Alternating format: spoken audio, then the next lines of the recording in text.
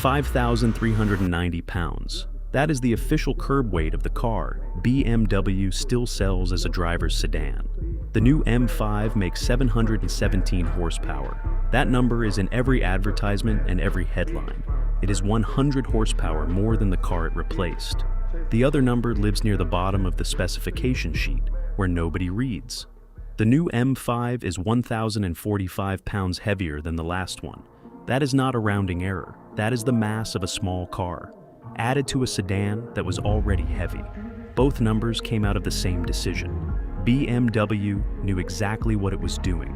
By the end of this video, you will know why they did it and who ended up paying for it. Put the two cars side by side. The F90 M5 Competition, which ended production in 2023, weighed 4,345 pounds.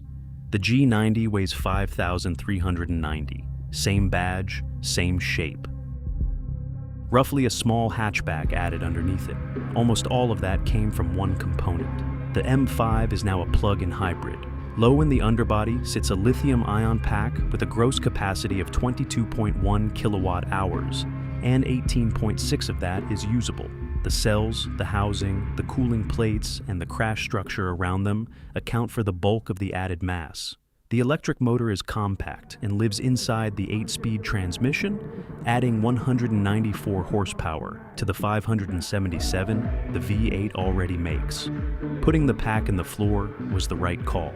The center of gravity is lower than the last generation, and the wheelbase and track both grew.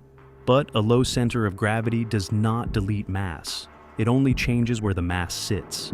Every input the chassis handles in a corner still works against 5,390 pounds of inertia. So BMW compensated everywhere it could. The double wishbone front axle and the 5-link rear were heavily revised. A shear panel bridges the strut towers to the bulkhead.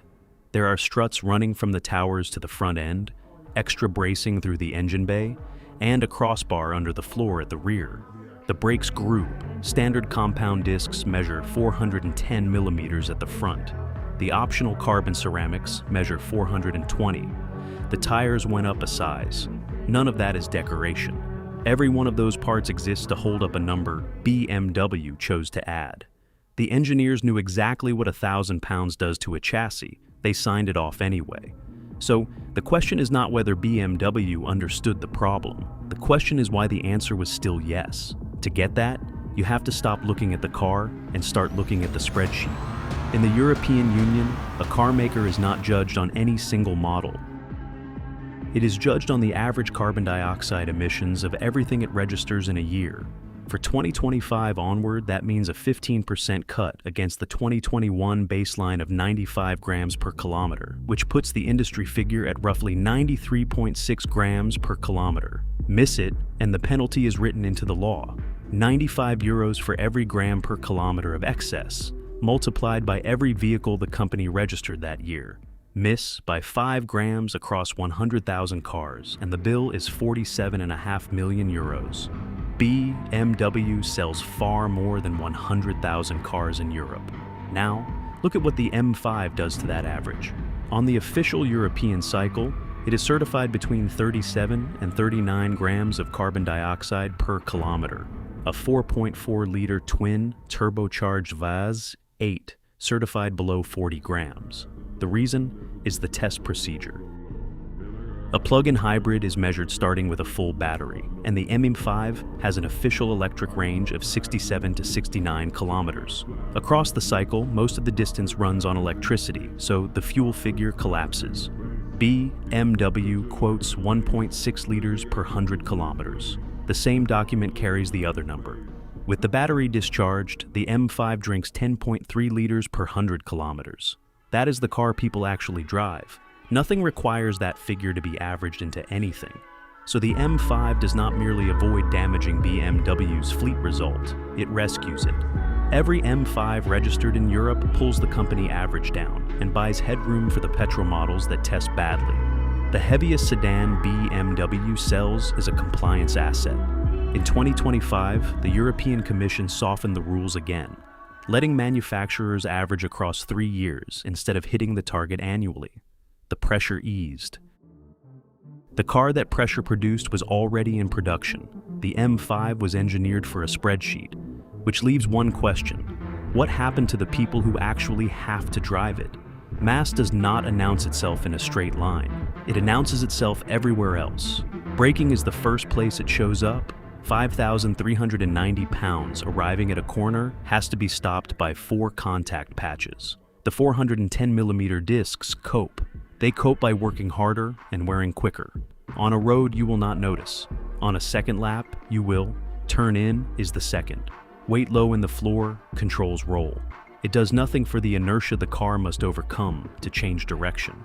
The nose goes where you point it because the geometry and the electronics are excellent, not because the car wants to be there. Mid-corner is the third. The G90 is stable, planted, quiet, and it filters. The chassis holds everything so firmly that the small signals a driver uses, the front tire starting to give up, the rear taking load, arrive late or never arrive. Reviewers keep landing on the same word, distant. The acceleration figure does not close the gap. 3.4 seconds to 60 miles per hour against 3.1 for the F90 Competition. 100 more horsepower, and the new car is slower. The weight ate the power, and then some. Put the two cars back to back, and the reviews converge on the same conclusion. The F90 felt like a weapon. Tight, angry, slightly unhinged, always a step ahead of the driver. The G90 floats. It moves down a road like a ship. Enormously capable, enormously fast. And somewhere in the process, it stopped arguing back. Same badge, different machine. So, here is the answer to the question we opened with.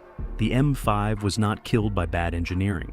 The chassis work in this car is some of the most thorough BMW M has ever done. Every brace, every damper, every millimeter of extra disc is a competent solution to a problem the engineers did not create. The M5 was killed by a regulatory mechanism that rewards a certificate instead of a car. The European system measures a number produced on a bench with a full battery. It does not measure what the car weighs, or what it burns on a real road, or how it drives. BMW built exactly the car the rules asked for. The rules asked for the wrong car. And this is not a BMW problem. Mercedes-AMG pulled the V8 out of the C63 and replaced it with a turbocharged 4-cylinder plug-in hybrid, and the car got heavier doing it. Audi and Porsche are on the same road. Every fast saloon on sale is being pushed by one set of incentives, in one direction, and that direction is heavier. The M5 is the clearest case because it had the furthest to fall. 40 years of a sedan that drove like something smaller, ending as a sedan that drives like something larger. The fast car is not dying. It is being certified into something else. The numbers on the sticker keep climbing, while the thing they were supposed to describe quietly leaves the building. BMW did not lose the plot. BMW read the rules correctly, and the rules are the plot now. If you want to see what the same pressure did to American muscle, that one is on screen now.